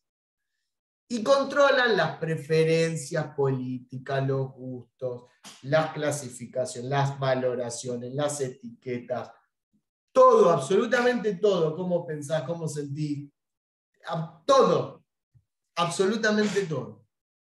Claro que no determinan la vida de una manera de arriba hacia abajo, pero influyen en el pensamiento, influyen en el sentido común, producen una determinada tendencia para opinar de una determinada forma o no, producen rechazo, producen otro tipo de afinidades, de personajes siniestros construyen personajes queribles, digamos, van resignificando y van moldeando, y para esto son, digamos, expertos, pero no son los medios de comunicación. Por eso digo, es un conjunto mucho más amplio.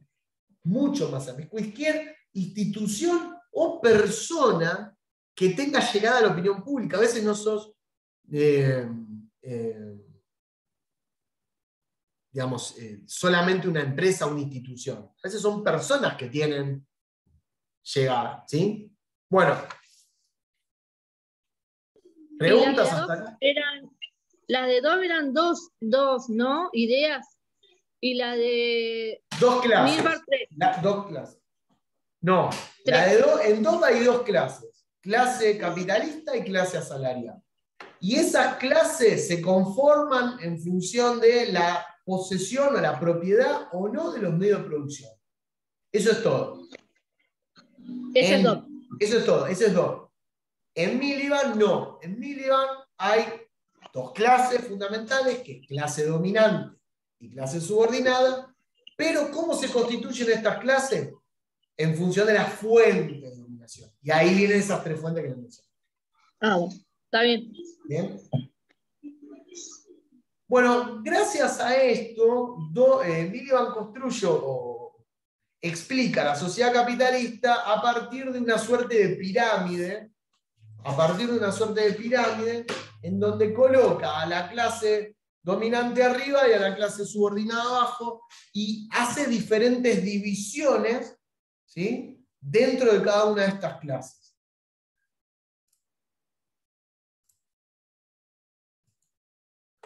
Ahí nosotros podemos ver la pirámide de Miliband, donde ustedes van a ver que acá hay una línea un poco más gruesa.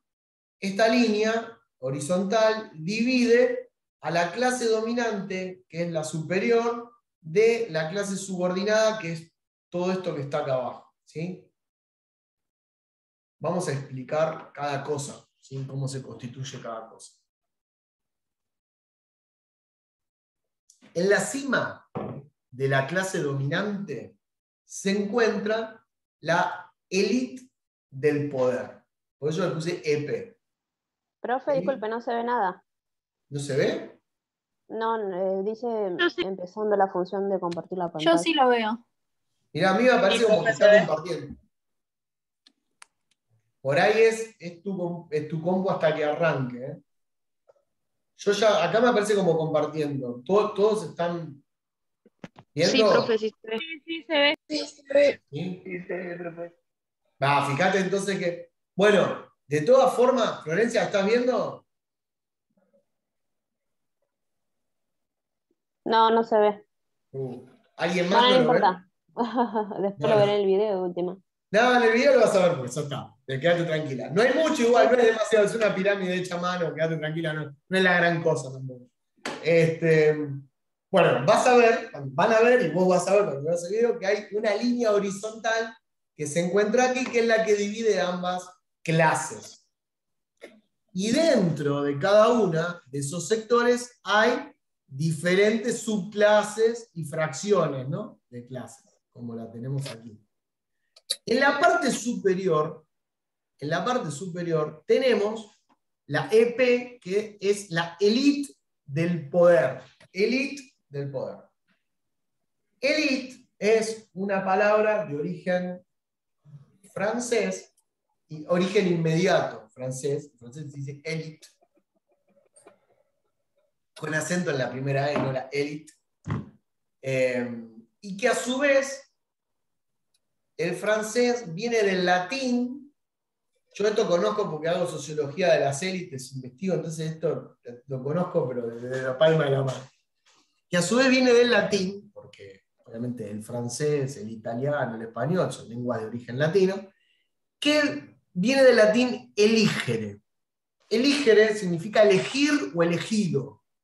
Así que originariamente la palabra en su sentido clásico, lo podemos ver en la Grecia clásica, élite era una minoría privilegiada que había sido elegida, por supuesto, por los dioses, en esas creencias. Hoy ya no diríamos que Macri, digamos, es un enviado de Dios, digamos, pero en esa época se entendía que quienes constituían la élite eran enviados de Dios, eran elegidos. Pero tenían un valor social, a diferencia de la clase política o lo que vemos hoy en día, que están desprestigiados y desprestigiadas por donde se piense, por donde se camine, tenían un valor y un respeto, portaban un honor social que a usted parecería otro mundo, digamos, ¿no? Eran portadores, quien formaba parte de la liga era realmente portador de un honor social, y era respetado por el conjunto de la sociedad, porque era alguien que sabía mucho, se había preparado, era alguien, digamos, con entregas a la sociedad, etcétera, etcétera, etcétera. Bueno, fueron pasando los años, los siglos, y bueno, tenemos lo que tenemos ahora, ¿no? La élite del poder es otra cosa. ¿A qué llama Miliband élite del poder? A básicamente, lo que un sociólogo norteamericano de mediados del siglo XX, Charles Wright Mills, escribió un libro creo que en 1956, no me acuerdo el año exacto, pero creo que en 1956, un libro que se llamó The Elite Power, la élite del poder, y de ahí es de donde Miliband lo toma, que analizó la crema, digamos, del poder, la parte más alta del poder estadounidense. Mills, en ese libro, que es famosísimo, por lo menos para quienes hacemos sociología, famoso, se da en cualquier clase de sociología, y además porque tiene otros libros enormes, Mills identificó al poder económico, obviamente Estados Unidos, si no ponemos como élite al poder económico, ¿qué vamos a poner, no? Al poder económico, al poder político y al poder militar. Porque Estados Unidos, como potencia hegemónica a nivel global, tiene un componente militar muy influyente a la hora de la toma de decisiones políticas, y además porque tiene una historia larga de incidencia a nivel global, y obviamente el poder militar es uno de los componentes del poder más importantes en Estados Unidos. Miliband, cuando toma esta idea de élite del poder, la traduce, digamos, para la sociedad inglesa y para la sociedad occidental en general. No está pensando solamente en Inglaterra, aunque escribe en Inglaterra, pero toma solamente al poder político y al poder económico. Saca el poder militar como componente de la élite del poder. Entonces, la élite del poder son las más altas posiciones en los campos político y económico. Político, como yo les había dicho, las posiciones más altas, las posiciones de élite, desde presidente, vicepresidente, ministro, viceministro, secretario, gobernadores, etcétera, etcétera, jueces de Corte Suprema, de cámaras, etcétera, legisladores nacionales, provinciales. Estamos hablando de puestos de élite, funcionarios públicos, en los puestos más importantes de todo el entramado estatal. No solamente el poder ejecutivo, de todo el Estado. Y por el otro lado, el poder económico. Y el poder económico está representado, nosotros, por ejemplo, cuando hacemos investigación, decimos, cuando tenemos que hablar de élite económica o élite empresaria, porque la élite económica incluye también a las corporaciones económicas, ¿no? Sociedad rural, industria argentina, etcétera, etcétera, que son parte de la élite, claramente. Pero cuando hablamos de élite empresaria, nos referimos a las, metodológicamente hablando, ¿no?, a las 100 empresas que más facturación tienen en el país. A las 100 que más facturan. Sean nacionales, extranjeras, no importa, son las 100 que tienen más facturación. Esas son las empresas de la élite. Por supuesto, la empresa número 110 es una enorme empresa. Nosotros hacemos el corte en la 100, pero a nivel metodológico hay más de 100 empresas grandes. Pero podemos decir que esas son las grandes y grandes empresas, que a su vez conforman, junto con el poder político, la élite del poder. ¿Qué dice Miliband? Que institucionalmente ambas élites o ambos poderes se encuentran separados. Se encuentran separados. Institucionalmente. Por supuesto, no están mezclados, no se pueden dejar ver mezclados, porque si no, digamos, la idea de independencia, ¿dónde queda? Pero por supuesto sus vínculos, sus nexos están más vigentes que nunca, ¿no? ¿Se ve bien, chicos? ¿Sí? Díganme por chat, si no. ¿Sí? ¿Se ve? Yo porque estoy hablando y como estoy viendo solamente la imagen, ok. Todo bien. Ok.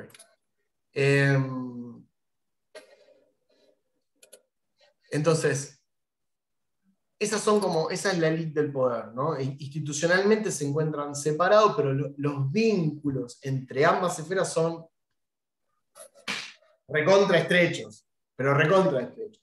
De 1.000 millones de formas, por ejemplo. El lobby, ¿saben lo que es el lobby? ¿A qué se conoce como lobby? ¿Escucharon alguna vez la palabra lobby? Lobby, se escribe así, lobby. El lobby es la capacidad de presión que tiene un agente económico sobre el poder político. La capacidad de incidencia. Hay lobistas profesionales, digamos, que se encargan de esto. Hay países en donde el lobby está legislado. Estados Unidos, por ejemplo, el lobby está totalmente institucionalizado, digamos. No, nadie se va a sorprender si hay personajes, digamos, empresarios o que trabajan para grandes empresas que se meten en los despachos de los legisladores para negociar leyes o reformas de leyes, etc., ¿no? El lobby también es una capacidad que tiene el poder económico para poder influir, como decía, en la formulación de políticas públicas que sean beneficiosas para ese sector económico. También la famosa puerta giratoria, no sé si escucharon hablar de la noción de puerta giratoria, o revolving door en inglés, que es cuando hay personas que, digamos, transitan por la actividad privada en puestos clave por un determinado tiempo y luego pasan a la actividad pública por otro determinado tiempo y luego vuelven a la actividad privada. Entonces van pasando de la actividad privada a la actividad pública, por eso se llama puerta giratoria, van pasando de la actividad privada a la actividad pública y obviamente van a la actividad pública no para ganar más, porque en la actividad pública ganan cerca de 50 veces menos de lo que ganan en la actividad privada, pero van como enviados del sector privado para directamente no hacer lobby, sino formular políticas o establecer políticas o controles o regulaciones favorables a las empresas, a las cuales terminan volviendo cuando se termina el mandato, ¿no? Y también es un fenómeno que no es nuevo, no es nada nuevo, digamos, tener gente del sector privado que ocupa cargos públicos y vuelve al sector privado, no es algo que nos sorprenda, no nació ayer, pero que cada vez se torna mucho más masivo, mucho más grande. Antes podíamos ver a un enviado de Bungibor, un enviado de Cargill, un enviado a un Ministerio de Economía, era esperable, se podía ver. Hoy vemos un ejército de gente del sector privado que de pronto está ávido y se desespera por ganar 50 veces menos en el sector público, lo cual uno, digamos, no tiene menos que, por lo menos, sospechar, levantar cierta sospecha de cómo puede ser que te atraiga a ganar un salario 20, 30, 40 veces menor. Salvo que tengas un corazón divino y que quieras trabajar para el bien del pueblo, cosa que también me permito dudar. Entonces hay algo atrás que debería ser explicado. Esa es la élite del poder. Por debajo de la élite del poder se encuentra lo que también es potente, es una idea, una noción que hace mucho que seguramente ustedes la habrán escuchado, en muchísimos manuales y libros, que es la idea de burguesía. La burguesía está asociada a, por un lado, también empresas, y empresarios y gente que maneja empresas, pero más de mediano tamaño, no es Mercado Libre, digamos, son empresas más pequeñas que también tienen buena cantidad de empleados, que manejan un volumen importante de producción, o que tienen una participación importante del mercado, pero que no son élite del poder, no son élite económica. Y a su vez, no solamente las empresas, sino que acá Miliband incorpora en la burguesía a personas que no están en relación de dependencia, sino que son profesionales que ejercen autónomamente su trabajo. Autónomamente, son autónomos, no reciben un salario. Y por lo general ejercen las llamadas profesiones liberales, que son profesiones, por ejemplo, abogados, contadores, ¿no? Son profesiones más que requieren, por ejemplo, un estudio contable, un estudio jurídico, ¿no? Que ejercen por su cuenta, digamos, esas profesiones y que tienen una especie de, o que ganaron un respeto social importante en la sociedad. Son reconocidos en la sociedad. Esas personas que aún sin trabajar en una empresa directamente, también forman parte de la burguesía. Todos tienen títulos universitarios, algunos con posgrados, ¿no? Están reconocidos en la sociedad. Eso sería la clase dominante. Por debajo de la clase dominante tenemos el amplio espectro de la clase subordinada. En la parte superior de la clase subordinada tenemos a PBE, que es la pequeña burguesía empresaria, y a la derecha, acá, a su lado, tenemos la PB subprof, que es la pequeña burguesía subprofesional. Vamos por acá. La pequeña burguesía empresaria son la típica pyme, los pequeños y microcomercios y empresas que son pequeños o que son emprendedores, digamos. Ahí podemos contar desde el kiosco de la vuelta de casa hasta la zapatillería, hasta la panadería, el almacén, pequeños comercios y pequeños talleres y fábricas que no forman parte de la burguesía, no tienen una porción importante del mercado para poder colocar ahí, pero que, bueno, forman parte del entramado productivo, ¿no? Que por su tamaño no forman, no son clase dominante, no tienen capacidad de incidencia en la sociedad. Y esos pequeña burguesía empresaria, con esos trabajos, se encuentran acá. En la pequeña burguesía subprofesional, es interesante porque acá Miliband lo que coloca en esta categoría son personas que muchas de ellas trabajan en estas empresas de la pequeña burguesía empresaria, trabajan muchas en estas empresas, otras no, algunas trabajan acá, que son personas que ejercen el trabajo cotidiano, pero no de una manera tan manual o directa como podría ser un obrero industrial o una obrera industrial, ¿sí?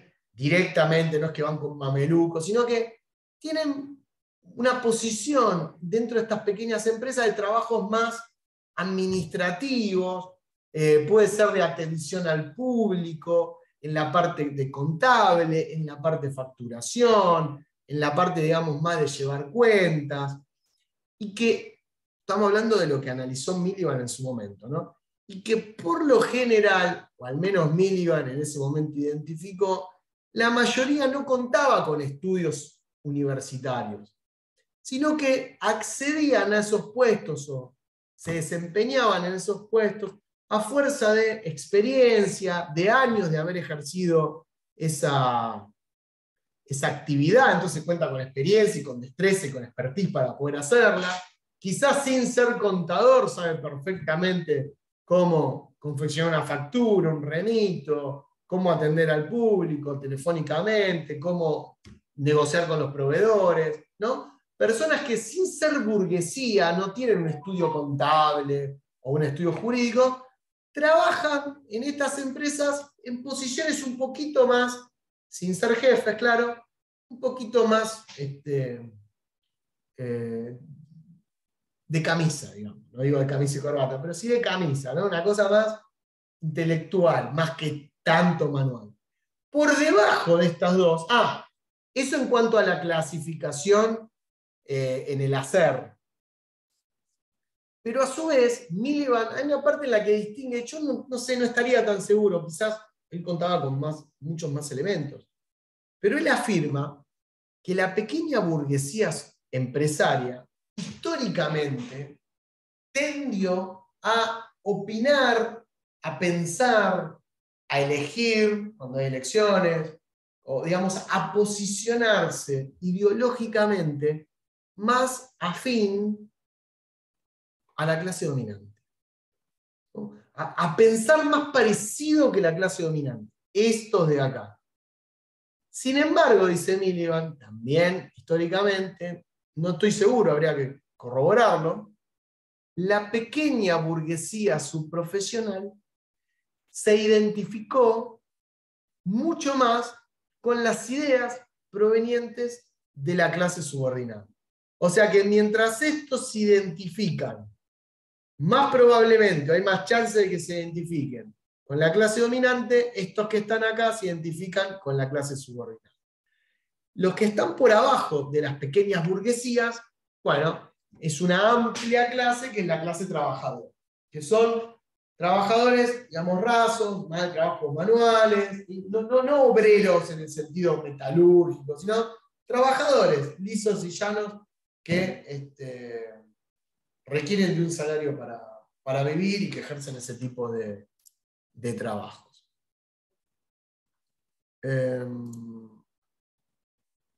Por debajo, donde vemos en la base de la pirámide, acá también tenemos desocupados, jubilados, digamos, aquellos que no son económicamente activos, así se lo llama, ¿no? Son población no económicamente activa, no ejercen un trabajo, o ya lo ejercieron, como en el caso de los jubilados, o buscan y no encuentran, como en el caso de los desocupados, o los que no pueden por motivos de enfermedad, o los niños, por ejemplo, que no trabajan por cuestiones legales, obvio.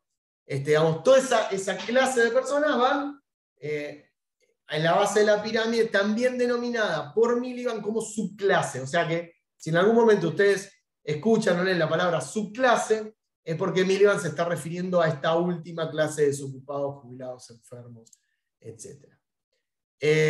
Bueno, me falta la cuestión de las presiones entre ambas clases, cómo se da la lucha entre clase dominante y clase subordinada y al revés, y ya pasaríamos al texto de O'Donnell. La verdad que faltan 5 minutos, yo explicar la lucha de clases es como mucho, así que me voy a detener acá, lo voy a dar la clase que viene. De última ustedes me recuerdan en dónde frenamos, habíamos hablado del tema de presión desde arriba, presión desde abajo, un par de cositas más, y sí les encargo como lectura para el martes que viene, porque es de la unidad 1, el texto de Guillermo O'Donnell.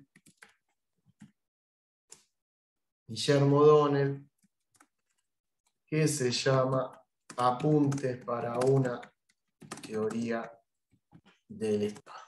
Apuntes para una teoría del Estado. Es un texto largo, es un texto complejo, es un texto más difícil que el texto de Dobb y de Miliband, así que yo les voy a pedir que lo lean con tranquilidad, con serenidad, pero con seguridad.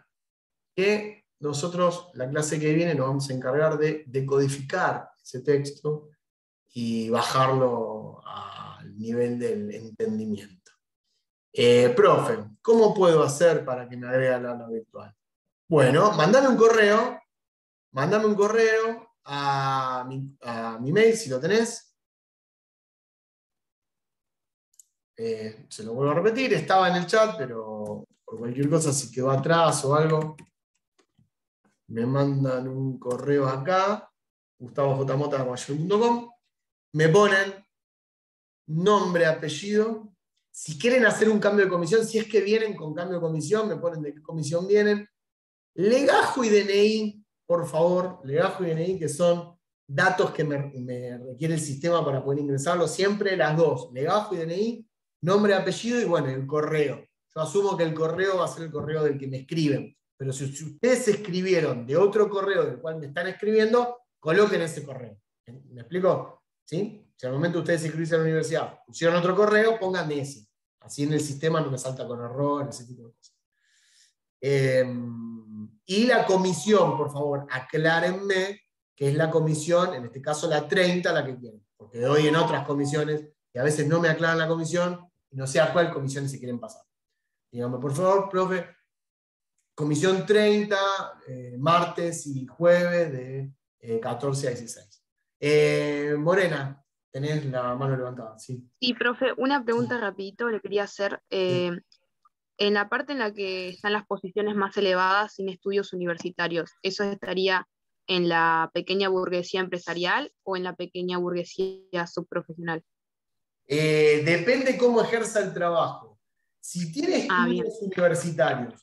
estudios universitarios, y es abogado y tiene, por ejemplo, un estudio jurídico y tiene reconocimiento y qué sé yo, eso va como burguesía. Como burguesía. ¿Sí? Bien. Y ahora, si no, va como...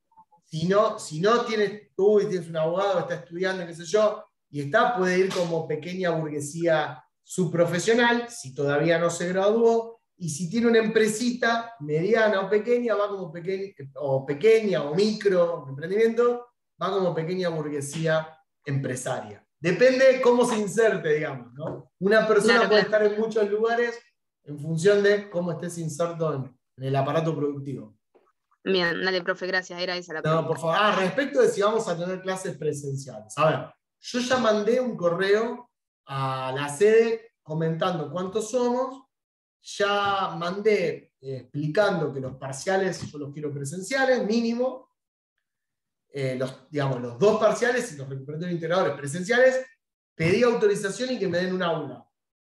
Todavía no tuve respuesta, pero yo lo mandé ayer el correo, porque tenía que esperar a que el profesor tuviera la clase con ustedes y la primera semana fue de prueba. Entonces ayer mandé los correos, el pedido, me tienen que contestar y en función si hay disponibilidad podemos seguir sumando instancias presenciales para hacer clases presenciales.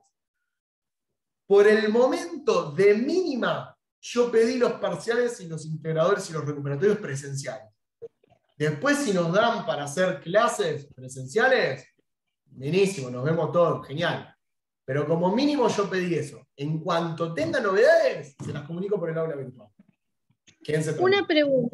Una pregunta. Si se da el caso que se pueda hacer presencial, ¿es obligación? Porque yo en ese caso tendría a la mañana, después a esta hora y después más tarde a la nochecita.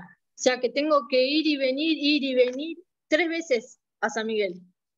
Obligación, digamos, no vas a dejar de rendir el examen porque no puedas ir. Digamos, no me voy a poner a tomar asistencia, decir el 70%, tenés un 60% no rendís. Pero ahí yo ya no sé cómo, digamos, ahí vas a tener que pedir apuntes o ver de qué manera, si no llegás a la clase, ¿no? Como se hacía antes de la pandemia, digamos. Cuando no llegaba a la clase pedís apuntes, ¿qué onda? Yo grabar la clase puedo virtual, digamos. Si es presencial, no sé, no tengo otra forma. Pero, bueno, ya veremos, no nos adelantemos, veremos. Porque tampoco supongo que no me van a dar millones de clases. Si me dan algunas, si me dan. Y si no, me darán para recuperatorio, integradores, ese tipo de cosas, parciales. Así que, por ahora son hipótesis. Si yo tengo novedades, se las comunico y bueno, y charlamos sobre eso. ¿Qué les parece? Sí. ¿Sí? Bueno, perfecto entonces. A leer, suerte, buena semana. Espero les haya gustado, no haberlos aburrido demasiado, aunque sé que estos temas son un poco aburridos. Pero bueno, no tengo asignado aula, no tengo nada. Todavía no me contestaron, así que cuando me contesten. Bueno, mucha suerte, buena semana. Estudien. Nos vemos la próxima. Gracias, profe. Chao, profe, gracias. Gracias, profe, igualmente.